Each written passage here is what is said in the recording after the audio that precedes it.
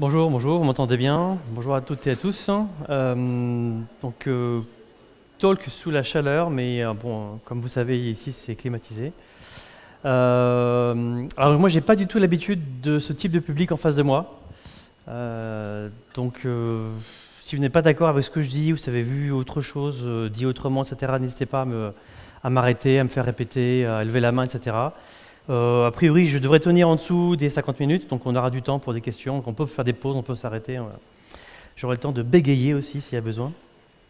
Alors je suis très content d'être ici, parce que moi j'ai passé beaucoup d'années l'été à Montpellier. Alors aussi chaud, j'ai pas de souvenirs. Et ça a bien démarré avec la soirée des speakers mercredi soir, où j'ai découvert finalement que les techs, ils s'appelaient entre eux presque tous connards. C'est un mot que j'ai souvent entendu ce soir-là. Bon, j'ai essayé d'écouter ce qu'ils disaient. Alors j'ai essayé de savoir ce que c'était une monade. En tout cas, les trois connards que j'avais en face de moi n'étaient pas d'accord pour définir le truc. Donc j'ai pas su plus que ça. Puis après, ils avaient trop bu pour que ça soit clair pour moi aussi. Voilà. Et puis je me souviens plus de la question de toute façon. Donc, bon. Qui je suis? Yeah, ça marche. Nabil Talman, je fais partie de l'agence Intuiti. Je suis donc directeur du lab de l'agence. Alors le lab, c'est quoi? C'est la partie de l'agence web qui s'occupe des tests utilisateurs, de la recherche utilisateur en amont, du comportement des consommateurs, des clients, etc. Hier, vous avez peut-être assisté au talk d'Emmanuel Marie-Véry qui parlait justement de cette partie-là d'études qualitatives et quantitatives. Alors moi, le quanti, j'en fais pas. Alors non seulement je ne sais pas trop bien faire, mais j'ai pas envie nécessairement d'en faire. Alors je peux en faire, mais c'est pas mon kiff. Voilà. Et vu qu'on est dans un événement où les gens ont envie de kiffer ce qu'ils font, le quanti, c'est pas mon kiff, même si je sais que c'est utile. Donc là, c'est le petit blabla que je mets généralement. Ça, c'est la dernière phrase, c'est la plus importante. Hein. Je m'assure de la valeur des propos que j'ai entendus sur le terrain. Donc moi, je suis directeur d'études, donc je vais poser des questions toute la journée. Je vais observer et analyser le comportement des utilisateurs. Donc je suis quali à fond. Voilà, je fais ça toute la journée depuis un certain nombre d'années, enfin en tout cas 18 ans, c'était dans le titre notamment. Je suis président de l'association FLUPA. Alors on avait notre événement la semaine dernière, donc là j'enchaîne au mois de juin. Donc j'ai recroisé certaines têtes d'ailleurs.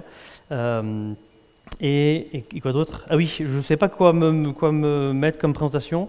Donc j'ai mis que je préférais Star Wars à Star Trek, mais que c'est quand même beaucoup inférieur au MCU, bien entendu, selon moi. Donc là, il y a trois nombres. 18, c'est le nombre d'années. 5008, oui, ça a changé depuis le titre, depuis que j'ai proposé. J'ai fait plein d'entretiens et j'ai vu plein de monde. Et 349, c'est le nombre de projets sur lesquels j'ai été en test. Alors qu'on soit en amont pour comprendre ce que font les gens et leurs attentes, ou qu'on soit en aval avec une maquette, et on va tester à chaque fois comment ils réagissent par rapport à ce qu'on leur a proposé. Donc, mon propos aujourd'hui, c'est de vous dire, après 18 ans, j'ai toujours autant de surprises quand je fais des entretiens ou quand je vais au-devant des utilisateurs. Ils me surprennent toujours. On a beau essayer d'imaginer tous les problèmes potentiels d'une expérience qui a évalué et à tester, il y a toujours des trucs qui sortent. Il faut savoir que les users, ils ont... Alors, user, utilisateur, citoyen, client, consommateur, 10, parents, etc. Appelez-les comme vous voulez. En tout cas, c'est ceux qui sont en interaction et qui vivent une expérience. Parfois, ils ont plein de fantasmes. Ça serait bien que telle appli fasse ça et ça et ça et ça et ça, pour le même prix, bien sûr.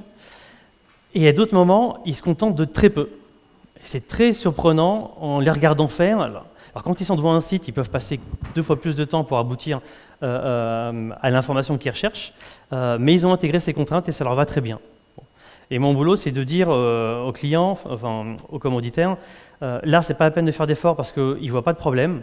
Alors certes, hein, s'il y a un nouvel acteur qui va arriver sur le marché et qui va proposer de manière claire et évidente en 2 fois plus rapidement, peut-être qu'ils vont changer, mais en tout cas, voilà, c'est de dire aux entreprises comment il faut doser vos efforts. J'ai rien inventé, hein. Il y a beaucoup de littérature qui existe sur la psychologie cognitive, sur comment les consommateurs se comportent, des bouquins en anglais ou en langue française. Ça, j'aime bien cela. Celui-là, c'est un site, hein, vous le connaissez peut-être déjà, avec une phrase qui est posée comme ça, qui affirme quelque chose, et puis le compte argumentaire avec des exemples qui dit que finalement, en effet, c'est pas exactement comme ça que font les gens.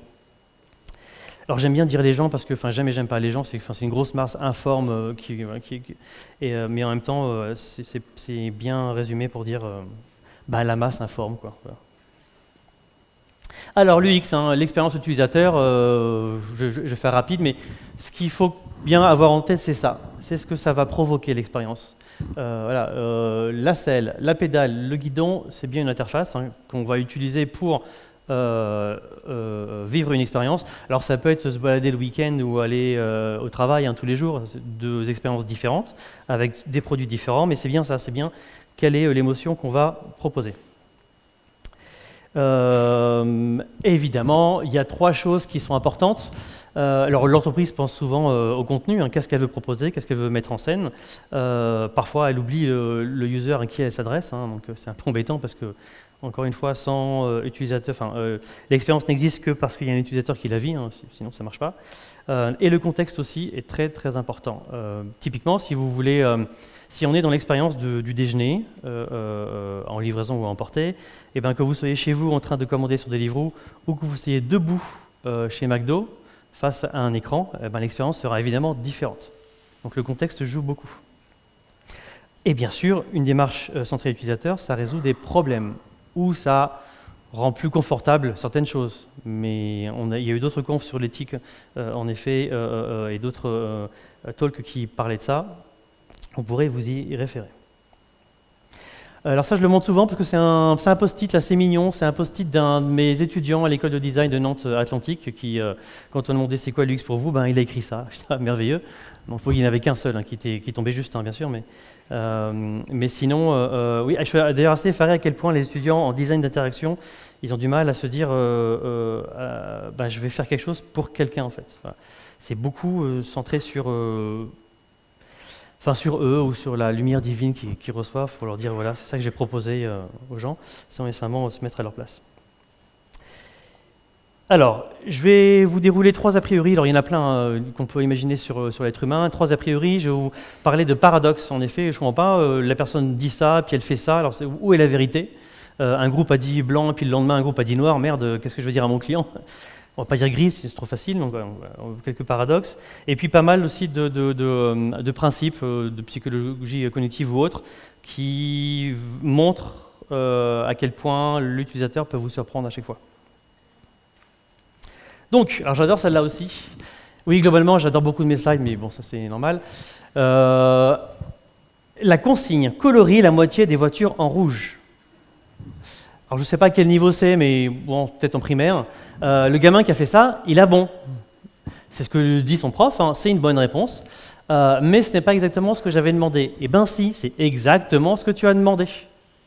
Donc soit en effet on divise le nombre de voitures par deux et on colorie entièrement que la moitié des voitures, soit on fait ça.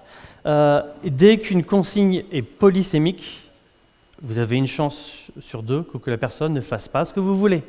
S'il y a plusieurs sens possibles, qui vous dit que la personne pense comme vous? Vous n'êtes pas le concepteur et le user sont bien deux personnes différentes. Alors, sur les trois exemples, on a fait un test utilisateur sur un serious game auprès de personnel de la SNCF en Pays de la Loire, donc SNCF TER, et c'était pour faire un bilan, une évaluation de l'usage de ce serious game qui était censé permettre aux employés de réviser et d'apprendre les consignes de sécurité notamment. Et on a été étonné, notamment le commanditaire était étonné de voir que les plus âgés étaient les plus actifs sur ce jeu. Alors à votre avis, parce que vous avez bossé un petit peu aussi, à votre avis, pourquoi ce sont les seniors qui ont le plus participé à ce test-là? Alors pas besoin de micro, hein, mais je pense que si vous parlez un peu fort, je vous entendrai. Pardon? C'est moi qui crie en fait. Parce qu'ils ont du temps? Ils sont employés comme les autres en fait. C'est des seniors actifs, pardon. Hein. Voilà. Je n'ai pas dit les seniors actifs. Parce que, pardon? Donc les plus jeunes. Et pourquoi ils n'ont pas vu l'intérêt? Une bonne réponse par là. Ah oui, alors souvent quand vous me donnez une réponse, je vais vous dire plusieurs fois pourquoi, parce que je ne suis pas satisfait de la première réponse et continue à creuser, creuser, creuser. Et en effet, ils ont d'autres jeux, donc ils ont d'autres références. Et ce truc-là, bah, c'était un peu gnangnan, quoi, donc ça n'allait pas. Et donc à l'inverse, les seniors n'avaient pas ces références-là, et ils ont joué le jeu. Et il y a une deuxième réponse.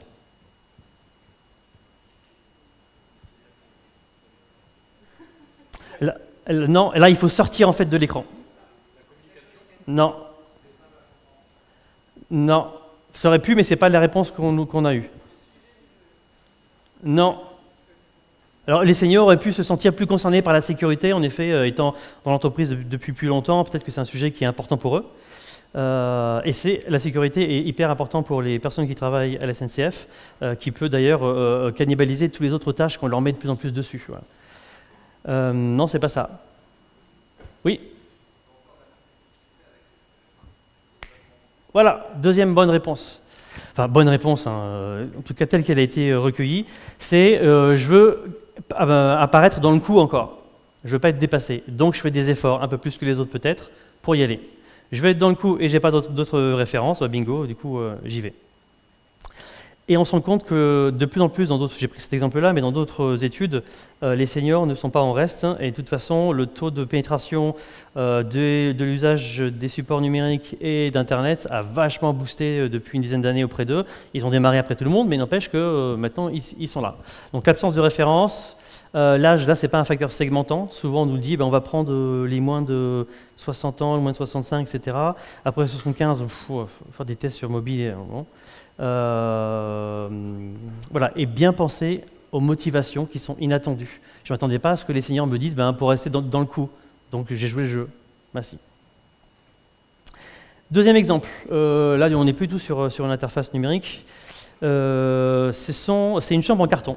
Donc au sein de l'agence Intuiti, on teste des interfaces, bien sûr, mais aussi des concepts, des produits. Et là, c'était une entreprise qui est leader de la fabrication de carton, donc elle maîtrise le process de fabrication. Et elle s'est dit, tiens, il y a un segment de marché qu'on peut attaquer, on a vu des salons à l'étranger, ça marche bien, ces types de meubles, on fait pareil. Et puis vu qu'on maîtrise le produit, trop fastoche, quoi. Donc ils ont passé en effet toutes les normes NF, etc. Donc ça ne brûle pas trop vite, ça ne se mouille pas trop rapidement. Et NF, c'est bon, on peut vendre ça comme des meubles. Parfait. Il se trouve que notre DG, il connaît le directeur marketing, il lui dit t'as fait des. Ouais, ça plaît bien à la cible? J'en sais rien, je n'ai pas demandé. Ah bon, ok. Mais vous lancez ça dans 1 mois et demi, 2 mois quand même, c'est un peu. Faut s'en inquiéter. Bien lui en a pris, hein, bien sûr. Donc on a fait des groupes auprès des étudiants qui ont déjà un chez eux, auprès des lycéens qui habitent encore chez leurs parents et auprès des parents qui ont l'argent, bien sûr, la plupart du temps.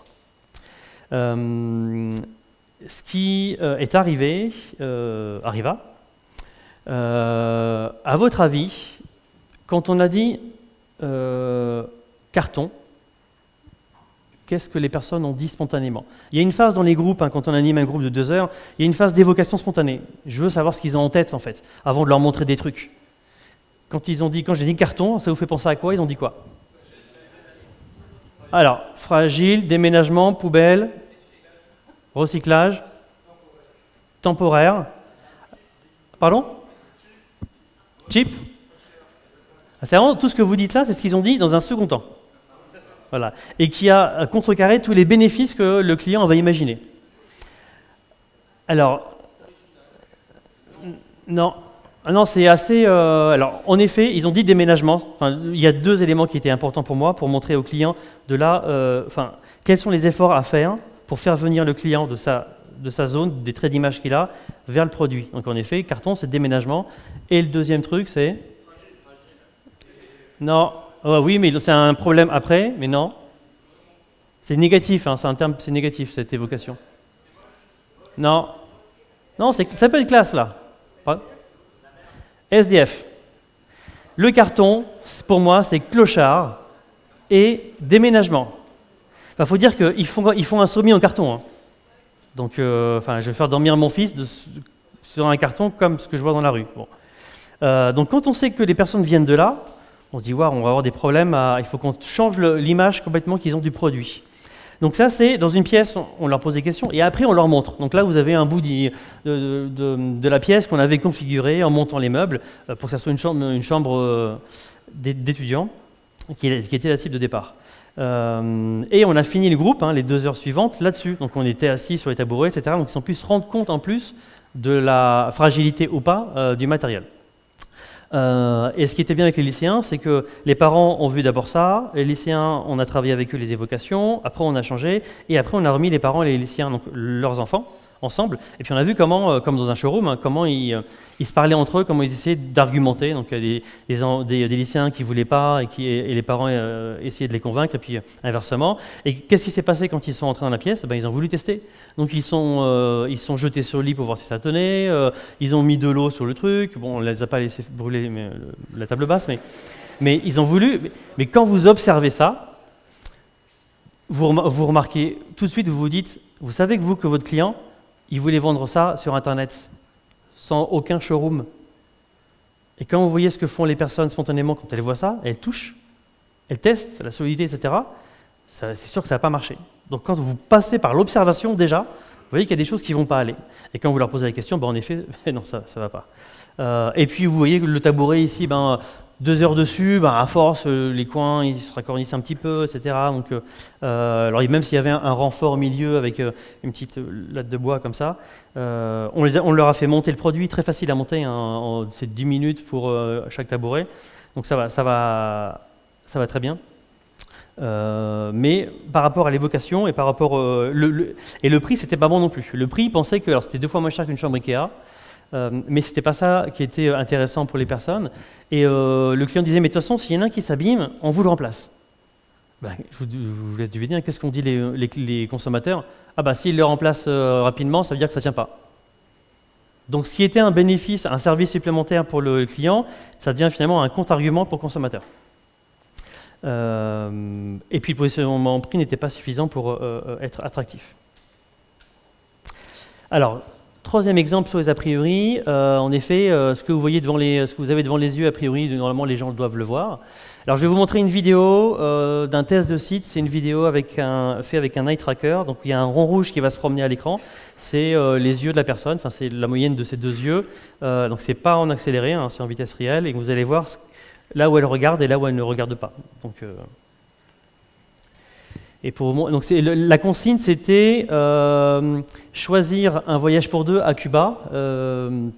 Oui, alors, pour info, l'eye tracking, ça permet d'enregistrer les mouvements oculaires sur un écran. Sur un desktop ou un laptop. Sur mobile, c'est un peu plus compliqué. On peut aussi le faire pour tester une revue. C'est un peu de la bidouille, mais ça marche. Mais voilà. Donc là, on dit trouve un voyage pour 2 à Cuba avec ta fiancée. Et donc la personne a déjà cliqué sur la map monde. C'est l'une des clés d'entrée du site. Et là, elle est sur la map monde pour choisir parce que c'est fun, c'est rigolo. On va cliquer, ça zoome et au fur et à mesure, voilà. Et elle fait un clic dans les Caraïbes. Oui, parce qu'elle sait que Cuba, c'est dans les Caraïbes. Déjà, il faut avoir cette connaissance-là. Hop, ça dit zoom. Elle recommence. Elle a dû faire une erreur qu'elle se dit recommence. Et elle veut cliquer sur la Havane pour voir les offres de la Havane exclusivement. Voilà, ça dézoome 3 fois. Bon, ouf, route de secours, il y a un menu déroulant, ordre alphabétique, ok, ABC, Cuba, baf. Et puis après, hop, un moteur de recherche, cool. Le moteur de recherche, il est à moitié vide et il y a toujours pointé Cuba là-haut. Donc en effet, il a bien pris en compte ma recherche et je peux ajouter d'autres critères. Génial. Je peux partir de Nantes, même pas besoin d'aller à Paris, super. Je mets les dates, etc. Départ, nombre de jours. Et puis je vais lancer la recherche, quoi. Plus c'est gros, plus la personne passe du temps sur la zone. Et elle tombe sur les Baléares et la Tunisie. Voilà. Ce qui s'est passé, parce qu'il s'est passé un truc, c'est que l'offre de Cuba était déjà affichée depuis le début. Alors je vous ai parlé entre-temps, vous avez été distrait, je ne sais pas si vous l'avez vu. Hop, là, elle est là. Juste en dessous du moteur de recherche, il y a l'offre. Il y a le résultat. Mais la personne n'avait pas anticipé qu'en cliquant dans le menu déroulant, ça allait lancer la recherche. Elle n'anticipe pas, donc elle ne voit pas. Après, il y a le moteur de recherche qui est vide et qui lui dit « mais remplis-moi, vas-y, attends, je vous donne des critères. Allez, continue. » Et derrière, tu pourras avoir des résultats personnalisés. Et la personne n'avait pas envie de trier des milliers de résultats, comme si elle pensait que ce tour opérateur avait des milliers de résultats. Mais non. Et puis, dernière chose, là-haut, vous ne voyez pas, hein, dans le cartouche foncé, il y a écrit « nous vous proposons un voyage ». Le 1 étant du violet clair sur du violet foncé. Bon, ok, c'est pas... Voilà. Et donc, ces trois choses-là fait que la personne lance sa recherche à partir de cette page-là, et vu qu'elle n'a pas vu que là-haut, c'était une zone de dialogue, elle n'a évidemment pas vu ici qui avait écrit là-haut, nous n'avons aucun voyage correspondant à votre demande initiale, nous vous proposons 26 offres correspondantes, enfin susceptibles de vous intéresser. Donc elle ne pige pas, elle pense qu'il n'y a rien et elle se barre du site, alors que l'offre était présente. Donc quand vous mettez les choses sous les yeux, ce n'est pas nécessairement évident que la personne va les voir. Voilà, paf, paf. Et les gens ne lisent pas en effet sur Internet. J'ai plein d'autres exemples où il y avait écrit 2 consignes et les personnes elles fusionnent les 2 en une et puis elles veulent cliquer sur un bouton qui est inactif. Ça ne marche pas. Alors, quelques paradoxes. Oui, il faut que je fasse attention au temps, la couleur verte. Je suis encore au vert, ça va. Ok, magnifique. Alors oui, on parlait hier, il y a Marie Petit du Crédit Agricole Technologie Service, donc de CATS, qui parlait du full self-care et que eux, dans l'expérience qu'ils proposent à leurs clients, ils essaient de leur proposer des portes de sortie. Voilà. C'est quand même bizarre de se dire qu'il faut une porte de sortie pour vous. On a testé un service de commande de déménagement à distance. C'est-à-dire que le déménageur ne vient pas chez vous pour voir vos pièces, vos meubles et la volumétrie, et c'est vous-même qui faites ça sur Internet. Alors ce qui est cool, c'est que la vidéo, elle est super top, elle est engageante. Après, vous avez un tableau où vous pouvez cliquer sur plein d'images qui ressemblent à vos meubles, et ça calcule automatiquement la volumétrie. Donc, au début, c'est cool. Ouais, je suis tout seul, c'est autonome, j'ai personne qui vient me faire chier, j'ai pas de rendez-vous à prendre, être à la maison, etc. etc. Bon. Mais ce qui se passe assez rapidement, c'est que... Et puis en plus, il y a le process qui est expliqué en 5 étapes. Ouais, très bien, quoi. Je peux me débrouiller tout seul. Et sauf que assez rapidement, on se rend compte qu'il y a plein de questions qui surgissent dans la tête des gens qu'on interroge. Au-delà de « waouh, c'est cool », ils ont commencé par flipper sur « ouais, mais si je me suis gouré en termes de volumétrie, parce que je l'ai fait tout seul, donc je peux m'en prendre qu'à moi-même si je me suis trompé. Je ne peux pas dire au prestataire qu'il a mal fichu son travail. » Et puis en fait, il y a plein de questions qui sont arrivées.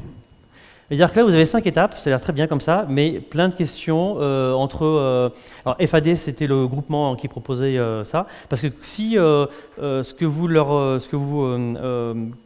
votre configuration ne plaît pas, bah, ils vous disent finalement, bah, tant pis, ça ne marche pas. Alors qu'ils pourraient très bien récupérer un lead chaud par ailleurs. Les gens ne savent pas où payer, donc sur la compréhension du service, on ne leur a pas fait vraiment utiliser. Et puis c'est une sorte de box aussi, on vous amène une box chez vous ou dans l'entrepôt que vous remplissez et après la box on l'envoie ailleurs. Et puis voilà, si j'ai fait une mauvaise estimation et que j'ai demandé une box de tant de mètres cubes, qu'est-ce qui se passe si j'ai besoin de plus de meubles, de mettre plus de meubles? Est-ce que j'appelle un conseiller? Mais le conseiller au téléphone, s'il ne vient pas voir ce qui se passe, comment il va savoir si j'ai oublié un truc? Voilà, donc il y a plein de questions qui sont assez perturbantes. Après, des questions bêtes, hein.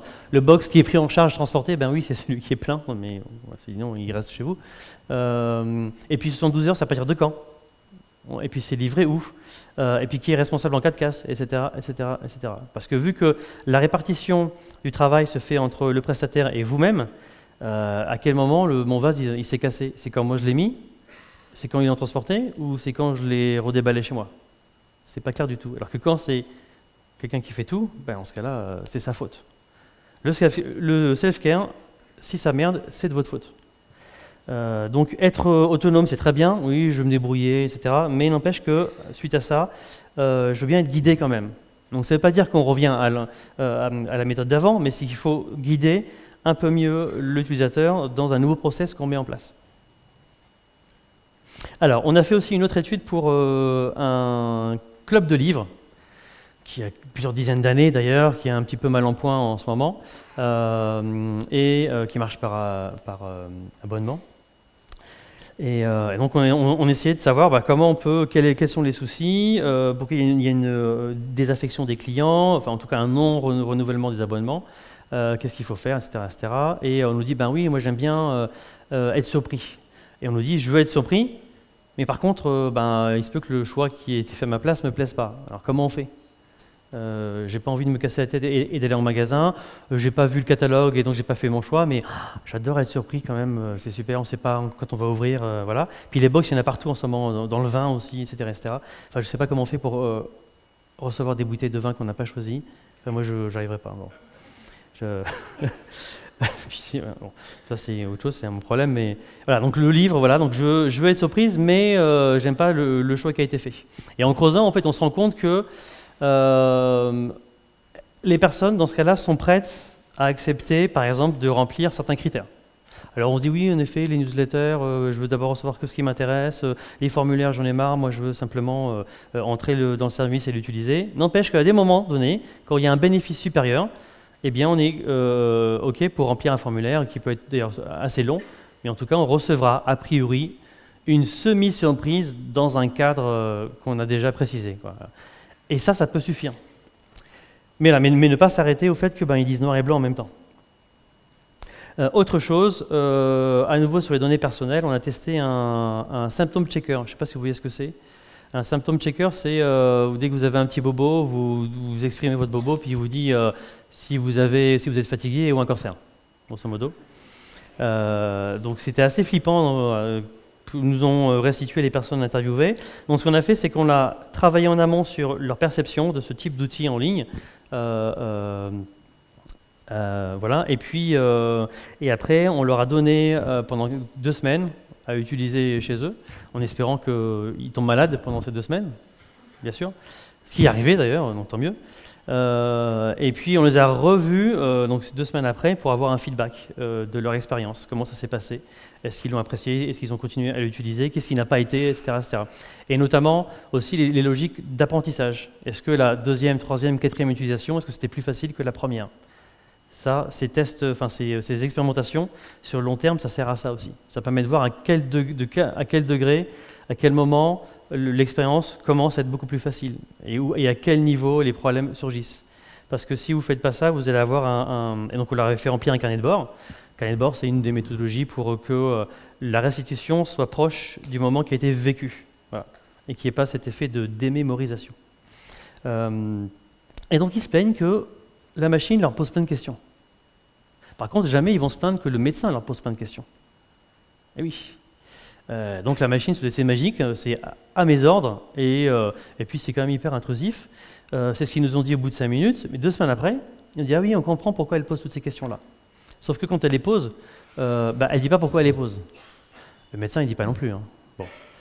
Et puis quand elle donne en plus les résultats, eh ben, c'est par pourcentage. Donc je sais mieux, a priori, l'hypothèse numéro 1, c'est ça, et la 2, c'est ça. Donc il y a peut-être 66% de chances que ça soit ça, 20% ça, et puis et 14% ça. Voilà. Oui, ça fait bien ça. Alors que le médecin, il ne vous dit pas les choses comme ça. Bon. Et il se rendu compte que plus il donnait de l'information, plus le diagnostic, entre guillemets, était adapté, en tout cas, ou était plus précis. Alors évidemment, ils ont testé avec des problèmes qu'ils avaient eu juste avant pour voir si ça tombait pile poil. Et là encore, ils nous disent, c'est génial, j'ai fait 6 essais, 4 sur 6, c'est magique, ça tombait pile poil, c'est ce que j'avais eu. C'est ce que le médecin m'avait dit que j'avais eu. Hein. Voilà. Et les 2 autres, c'est complètement planté, c'est nul. Oui, mais alors 4 sur 6 c'est génial, et 2 sur 6 c'est pas bon. Voilà, donc il faut... et ils se sont rendus compte qu'en effet, plus on donnait de l'info. Oui, alors oui, bien sûr, dans les questions, c'est bizarre parce que cette appli-là demande si on a un utérus plutôt que si on est un homme ou une femme. Bon. Ça doit fluer quelque part, j'imagine, mais bon, voilà. Voilà, donc plus on donne des informations personnelles et plus on se rend compte que finalement la réponse n'est personnalisée. Donc ce qui est important quand on fait des tests, quand on est sur du Kali, il y a peu de personnes à interroger, hein, comme le disait Emmanuel hier, donc il faut vachement pousser le questionnement, il ne faut pas s'arrêter, il faut creuser, creuser, creuser. Dès que vous avez une incohérence, il faut comprendre pourquoi il y a ça. C'est pas que le participant il veut vous filouter ou qu'il ment nécessairement, mais voilà, il faut aller au-delà de ça, et il faut le mettre un petit peu le nez dans son caca parce qu'il y a des choses qui ne sont pas cohérentes. Donc il faut le bousculer, le bousculer. Et puis, parfois il dit des choses vraies dans les deux attitudes, mais il faut savoir les éléments qui sont les plus importants dans chacune des deux.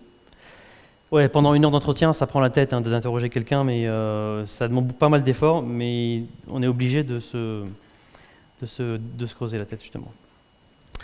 Alors, on va parler du modèle mental. Et d'abord, je vais vous demander qu'est-ce que vous voyez? Chapeau melon, un éléphant? Un serpent? Ok. Quoi d'autre encore? Une quoi? Un plateau de fromage, ouais. Une cloche? Quoi d'autre? Un mouton? Un entrée d'un tunnel, oui. Un quoi? Un marteau-piqueur?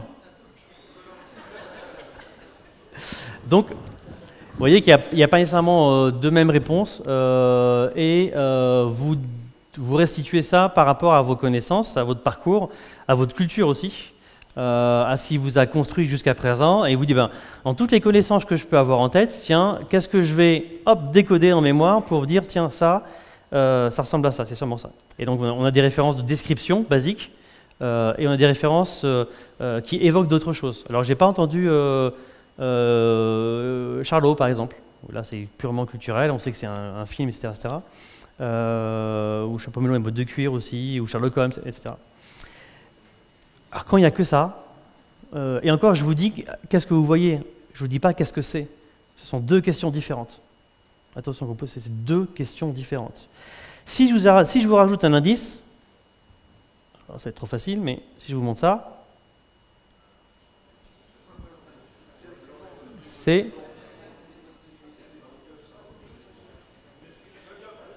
James Bond. Et ça, c'est le chapeau du méchant, qui est dans Goldfinger. Vous savez, le gros asiate... Pardon? Mojo? Enfin, le gros asiate qui tue les gens avec son chapeau au bord acéré, et qui meurt électrocuté dans Fort Knox. Donc, mais vous voyez, même quand je vous donne ça en plus, c'est pas gagné d'avance qu'on puisse deviner ce que c'est en fait.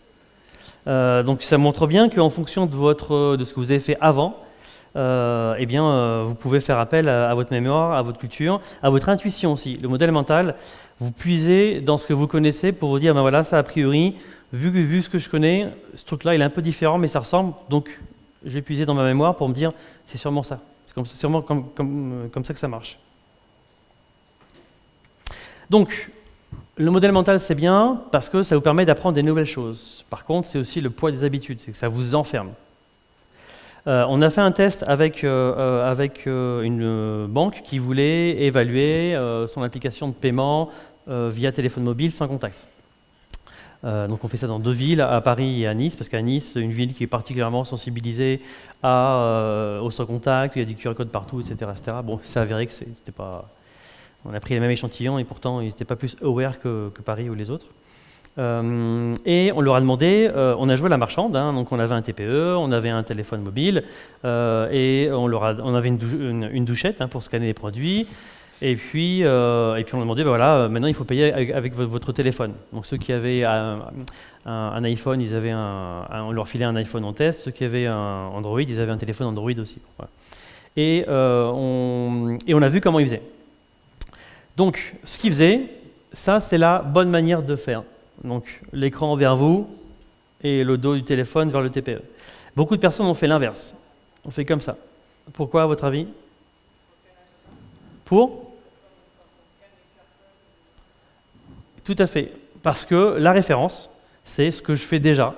Quand je suis dans le train, quand je suis dans l'avion, quand je suis au cinéma, je montre l'écran. Parce que l'écran, il va être lu par quelque chose. Donc là, bêtement, je me dis que le TPE, il va se parler avec mon écran, et puis voilà.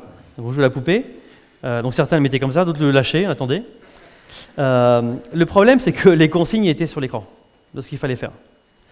Donc ça ne marchait pas. Il fallait poser, il fallait attendre un bip, il fallait faire un autre tap, il fallait recommencer.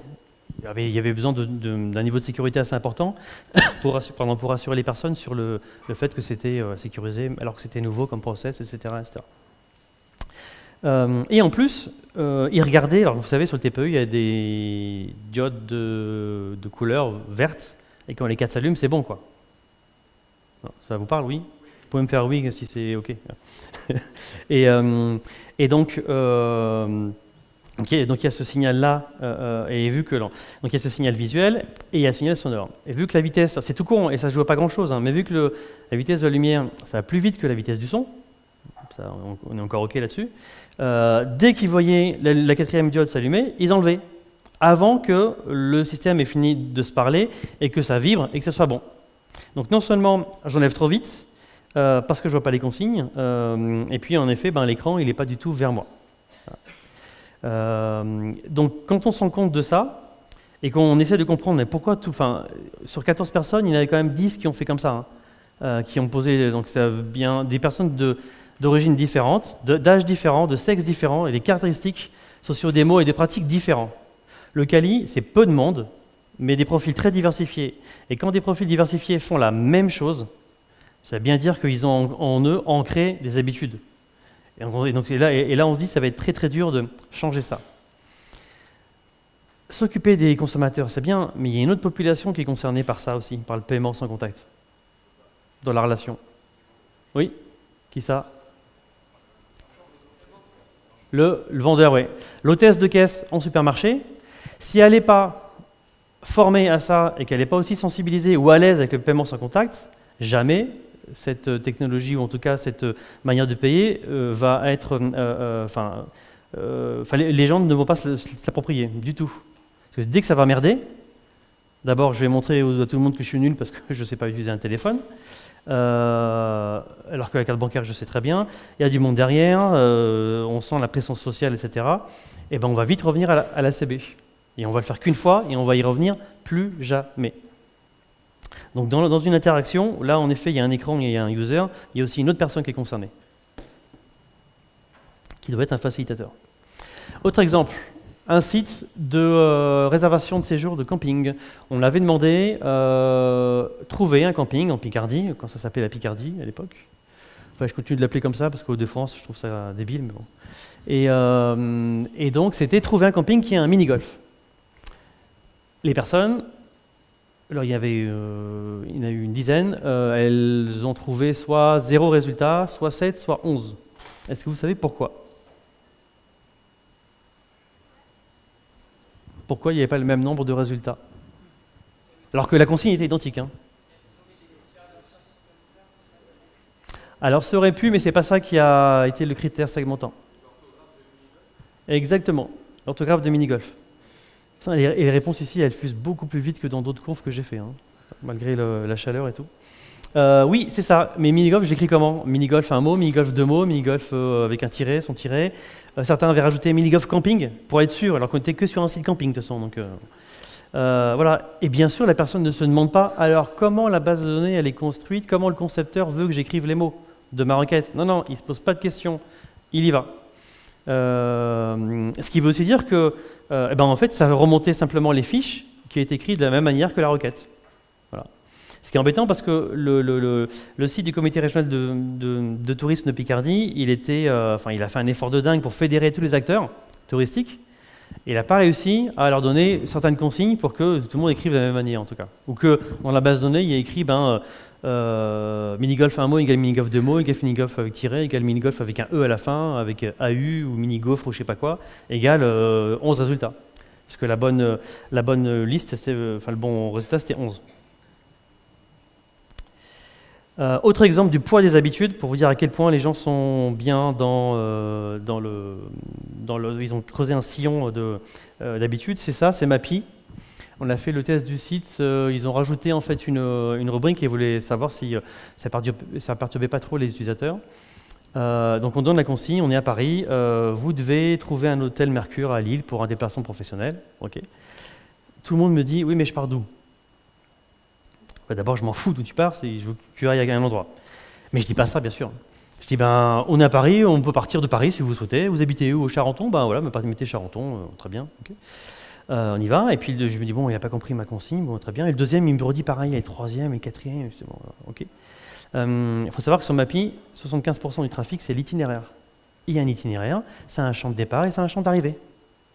Et donc les personnes, quand on leur demande de trouver une adresse, elles vont uniquement là-dessus. Et donc et donc quand on voit de là où elles partent, encore une fois, hein, c'est essayer de savoir d'où partent vos utilisateurs, quelles sont leurs contraintes et leur contexte.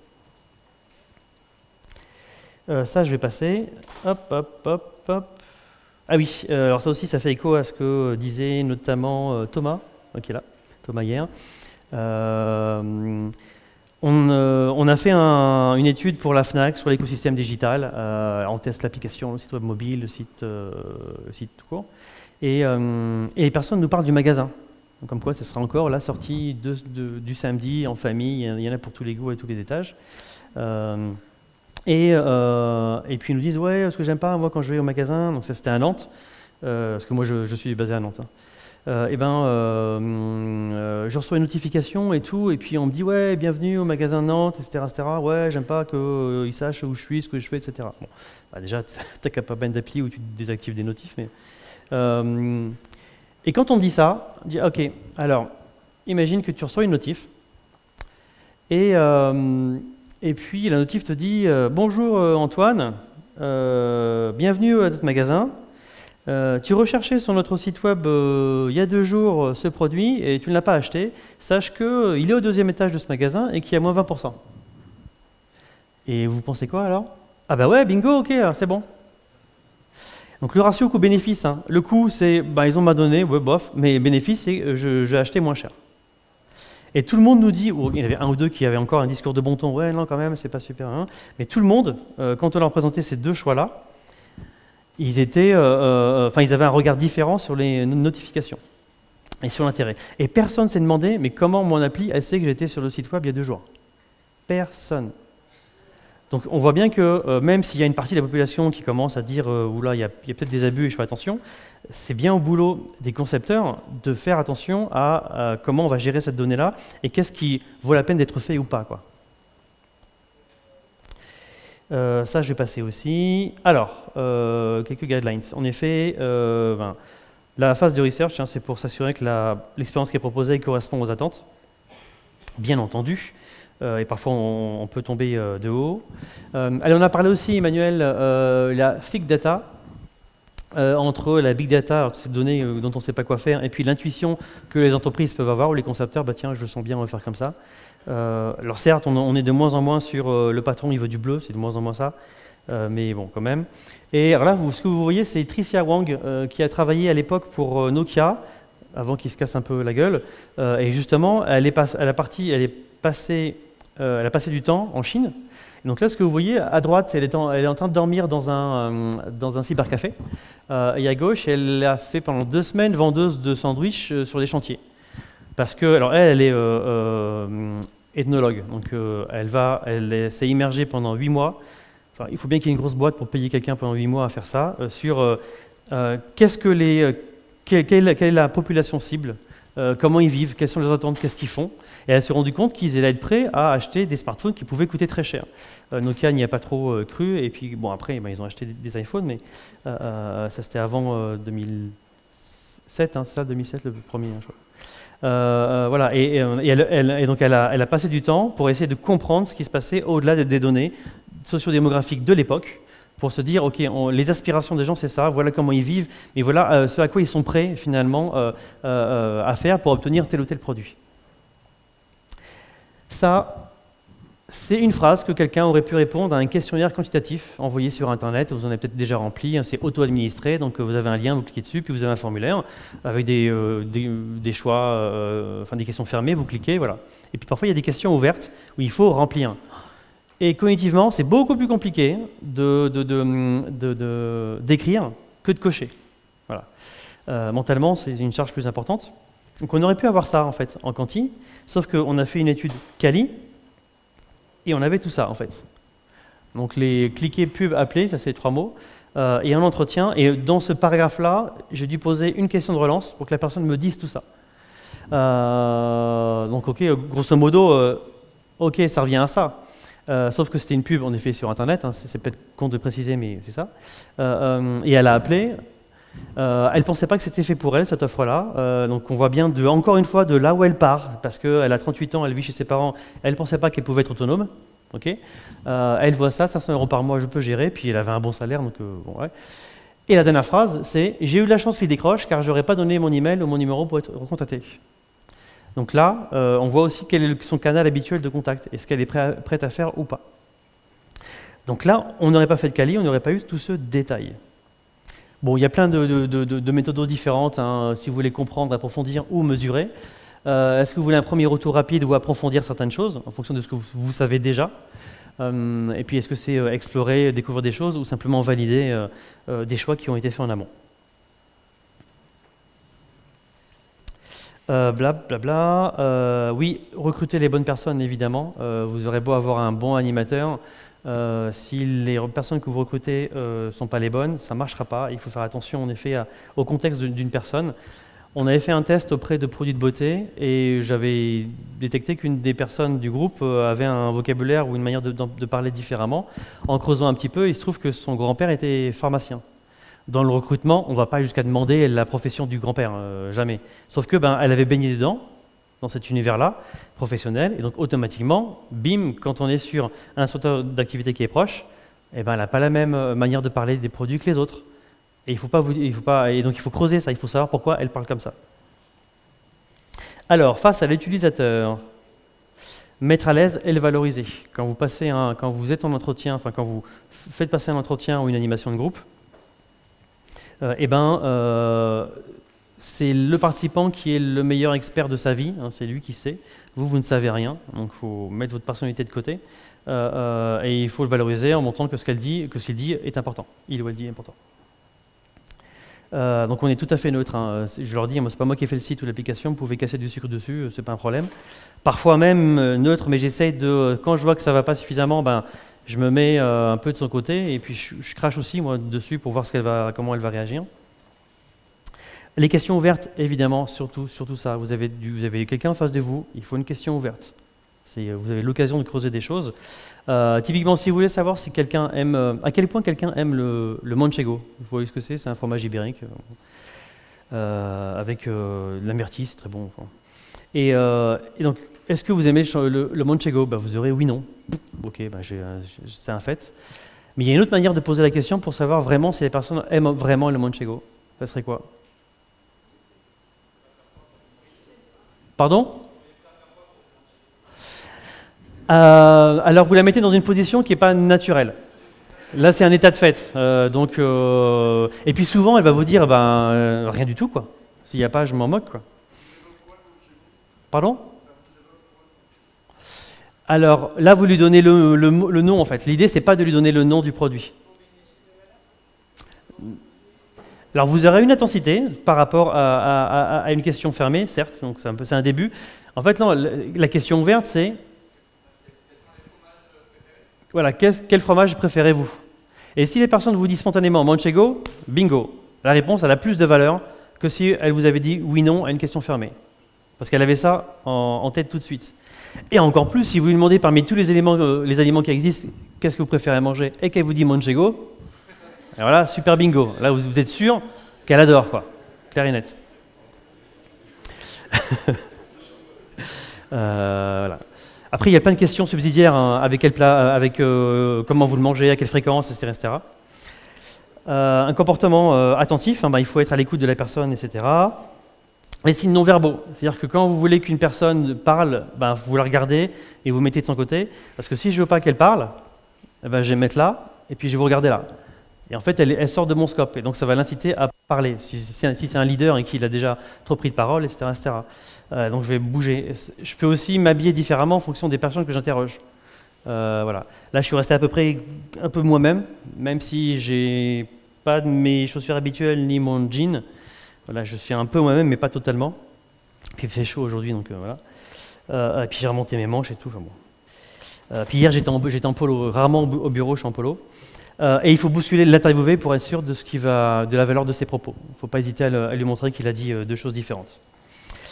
Sortir du cadre. Ah oui, c'est ça que je voulais passer absolument avant de finir.